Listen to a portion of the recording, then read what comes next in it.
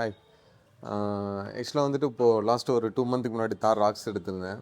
அப்போது ஹைவே எல்லாம் போகும்போது கொஞ்சம் லாங் ஜேர்னி பண்ணும்போது எப்படி சொல்கிறது, ஒரு சாங்ஸ் பார்த்திங்கன்னா ரொம்ப ஒரு மாதிரி டல்லாக இருந்த மாதிரி இருந்தது.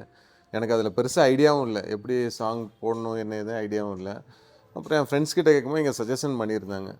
அப்போ இங்கே வந்து பார்த்தேன், ஒரு டெமோ காமிச்சிருந்தாங்க. ஆக்சுவலாக 2-வேக்கும் 3-வேக்கும் டிஃப்ரெண்ட் என்ன அப்படிங்கிறது காமிச்சிருந்தாங்க. 2-வே கம்பேர் பண்ணால் 3-வே பெட்டராக இருந்தது. சரி, ஓகே, எப்படி இருக்கும் பார்க்கலாம் அப்படின்ட்டு ஒன்ஸ் போடலாம் அப்படிங்கிறக்காக என்னோடய காரில் போட்டிருந்தேன். ரியலாக சொல்லணும் அப்படின்னா வேறு லெவலுங்க. நான் எக்ஸ்பெக்ட் பண்ணதுக்கு மேலே இருந்தது. இன்னும் சொல்லப்போனால் இப்போ தான் நான் டெலிவரி எடுக்கிறேன். இனி நான் வந்து லாங் ட்ராவல் பண்ணேன்னா இன்னும் ஒரு எக்ஸ்பீரியன்ஸ் கிடைக்கும்னு எக்ஸ்பெக்ட் பண்ணுறேன். ஆனால் பார்த்த வரைக்கும் பார்த்திங்கன்னா அன்எக்ஸ்பெக்டட். பிஜிஎம்லாம் பார்த்திங்கன்னா அவ்வளோ கிளியராக இருக்குது, எதிர்பார்த்ததுக்கும் மேலே இருக்குது, சூப்பராக இருந்தது. உண்மையில் அவருக்கு தேங்க்ஸ் சொல்லணும்.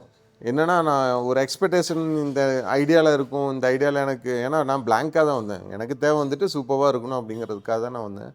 ஆனால் என்னோடய எக்ஸ்பெக்டேஷனை வந்துட்டு ஃபுல்ஃபில் பண்ணியிருக்காரு. வெரி தேங்க்ஸுங்க. Thank you. Hi guys, welcome to Decibel Autohub. இன்றைக்கி நம்மக்கிட்ட ஒரு தார் கொண்டு வந்திருக்காங்க. நம்ம ஏற்கனவே ஒரு தார் வீடியோ போட்டிருக்கோம். ஸோ அதை பார்த்துட்டு தான் அவர் வந்து அந்த கஸ்டமர் வந்தார். கரெக்டாக அவர் வரும்போதும் ஒரு தார் பண்ணிகிட்டு இருந்தோம். ஸோ அதை பார்த்தோன்னா அவருக்கு ஒரு கான்ஃபிடென்ட் கிடச்சிது. அதுபோக வேறு நம்ம டெமோஸ் எல்லாம் பார்த்துட்டு அவர் என்கிட்ட ஓப்பனாக சொன்னார், நான் 2 முகம் பார்த்துருக்கேங்க, பட் எனக்கு எங்கே சாட்டிஸ்ஃபை ஆகுதோ நாங்கள் தான் பண்ணுவேன், ஓகே நீங்கள் பாருங்கள் அப்படிங்கிற மாதிரி தான் இன்ஃபர்மேஷன் கொடுத்துருந்தோம். அவர் எல்லா டீட்டெயில்ஸ் கொட்டேஷன் எல்லாமே வாங்கிட்டு ஓகே நான் சொல்கிறேங்க மாதிரி சொன்னார்.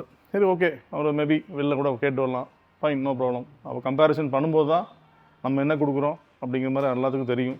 பிளைண்டாக வந்து நம்ம நம்பணுங்கிறது அவசியம் இல்லை யாரையுமே, அதனால் தவறில்லை.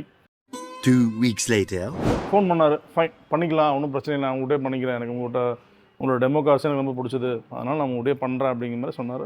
Okay, cool. இப்போ இதோட கான்ஃபிகரேஷன் பார்த்தீங்கன்னா, ஆக்சுவலாக அவர்கிட்ட நம்ம டிஸ்கஸ் பண்ணது இனிஷியலாக யூஎஸ்பி டிஸ்கஸ் பண்ணோம்.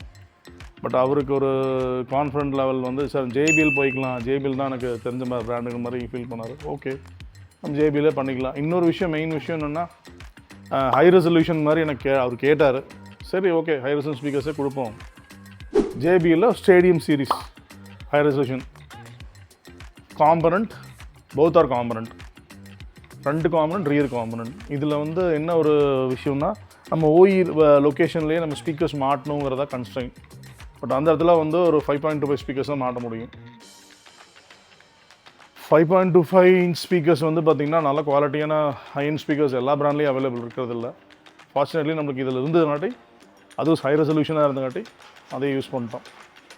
ஒரு மிட் ரேஞ்ச் பார்த்திங்கன்னா இன்ஃபினிட்டியோட கப்பா மிட் ரேஞ்ச், போதா சேம். ஸ்டேடியம் சீரீஸ்லேயும் வர மிட் ரேஞ்சு ஒன்று தான், இதில் வர மிட் ரேஞ்சும் ஒன்று தான், ரெண்டுமே அதே சேம் தான். நம்ம ஸ்டாக் அது இருந்துச்சு, அதை யூஸ் பண்ணிட்டோம். இங்கே டிஎஸ்பி அவேவோட 8 சேனல் டிஎஸ்பி. தென் ஒரு mono amplifier, actual sound booster. இங்கே சப்வூஃபர் வந்து பார்த்திங்கன்னா கொஞ்சம் ஹெவியாக வேணும் மாதிரி கேட்டார். ஸோ அதனால் நம்ம ராக்ஃபோர்ட் ஃபர்ஸ்ட் கேட்டில் பஞ்ச் P2 பஞ்ச் சீரீஸ் போட்டிருக்கோம். 12 inch twelve voice coil install பண்ணியிருக்கோம். 4 சேனல் ஆம்பிளிஃபையர் பார்த்திங்கன்னா நம்ம இங்கே வந்து ரெஃபரன்ஸ் ஆடியோட யூஸ் பண்ணியிருக்கோம். ஏன்னா இந்த ஸ்பீக்கர் வந்து 100 வாட் இருக்கிறதுனால 110 வாட் ஆர்எம்எஸ் இருக்கும் அதில். ஸோ அதை மேட்ச் பண்ணுறதுக்காக நம்ம ஒரு 100 what amplifier, 4 channel amplifier from the reference audio அது போட்டிருக்கோம். டேம்பிங் இங்கே தேவைப்படலை, பிகாஸ் நம்ம ஸ்பீக்கர்ஸ் வந்து டோரில் மவுண்ட் பண்ண கிடையாது. ஒரிஜினல் பொசிஷன் தான் மோட்டர் இன்ஸ்டால் பண்ணியிருக்கோம். ஐ மீன் ஃப்ரண்ட்டில் பார்த்திங்கன்னா அந்த டேஷ்போர்ட்லேயே வரும், அது ஒரு சின்ன பாக்ஸ் மாதிரி வரும், அதில் தான் நம்ம ஸ்பீக்கர்ஸ் ப்ளேஸ் பண்ணுவோம். ஸோ அதுக்குள்ளே மட்டும் டேம்ப் பண்ணிட்டோம். அதேமாதிரி பின்னாடி வந்து பார்த்திங்கன்னா லாஸ்ட் ரோவில் மேலே தான் இருக்கும், அதே சேம் பொசிஷனில் அங்கே தான் இருக்கும். அங்கேயும் நம்ம வந்து அதே இடத்துல தான் மவுண்ட் பண்ணி கொடுத்துருக்கோம். இதுவும் காம்பனண்ட் தான். அந்த இடத்துல மட்டும் உள்ள மட்டும் டேம்ப் பண்ணிவிட்டு ஸ்பீக்கர்ஸ் இன்ஸ்டால் பண்ணிட்டோம். இங்கே டேம்பிங் வச்சதுனால டேம்பிங்கோட ப்ரைஸ் கம்மியாக இருக்கிறதுனால அவர் வந்து வேறு ஏதாவது கான்ஃபிகரேஷன் நம்ம இன்க்ரீஸ் பண்ணிக்கலாம். அப்போ அதுக்கேற்ற மாதிரி நம்ம எல்லாமே செலக்ட் பண்ணோம். ஓவரால் பட்ஜெட்டுக்கு தான் வந்துச்சு, அவர் நினச்ச பட்ஜெட் தான் வந்தது. He was happy. அவுட்புட்டும் ரொம்ப சூப்பராக வந்திருக்கு.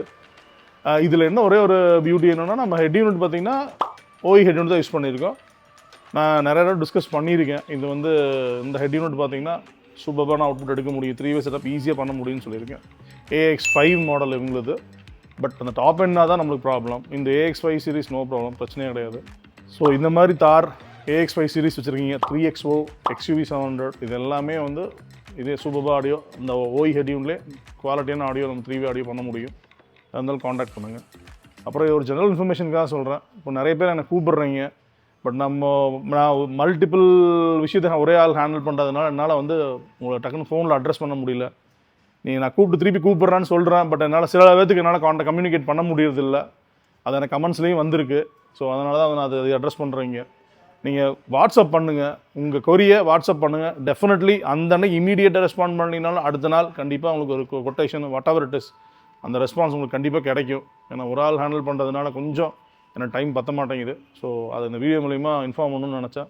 ப்ளீஸ், சப்போஸ் நான் உங்களுக்கு ஏன்னா நான் இன்னைக்கு கால் பண்ணும்போது நான் ஒரு கஸ்டமர் அட்டன் பண்ணிகிட்டு இருப்பேன், ஒரு டியூனிங்கில் செஷனில் இருந்திருப்பேன், இல்லை ஒரு கஸ்டமருக்கு டெலிவரி கொடுத்துட்ருப்பேன். இந்த மாதிரி மல்டிபிள் திங்ஸ் நான் பண்ணிகிட்டு இருக்கிறதுனால நீங்கள் ஃபோன் பண்ணும்போது என்னால் உங்கள்கிட்ட ஃப்ரீயாக பேச முடியாது அப்படிங்கிறக்காக அவங்களையும் ஃபுல்லாக அட்டன் பண்ண முடியாமல் அவங்கக்கிட்டையும் ஃப்ரீயாக பேச முடியாதனால தான் கொஞ்சம் சார் இந்த மாதிரி பண்ணிகிட்டு இருக்கேன், அப்புறம் கூப்பிட்றேன்னு சொல்கிறேன்.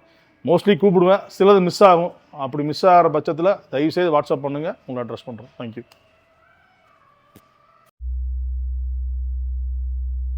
மின்னல் ஒரு கோடி எந்த உயிர் தேடி வந்தது.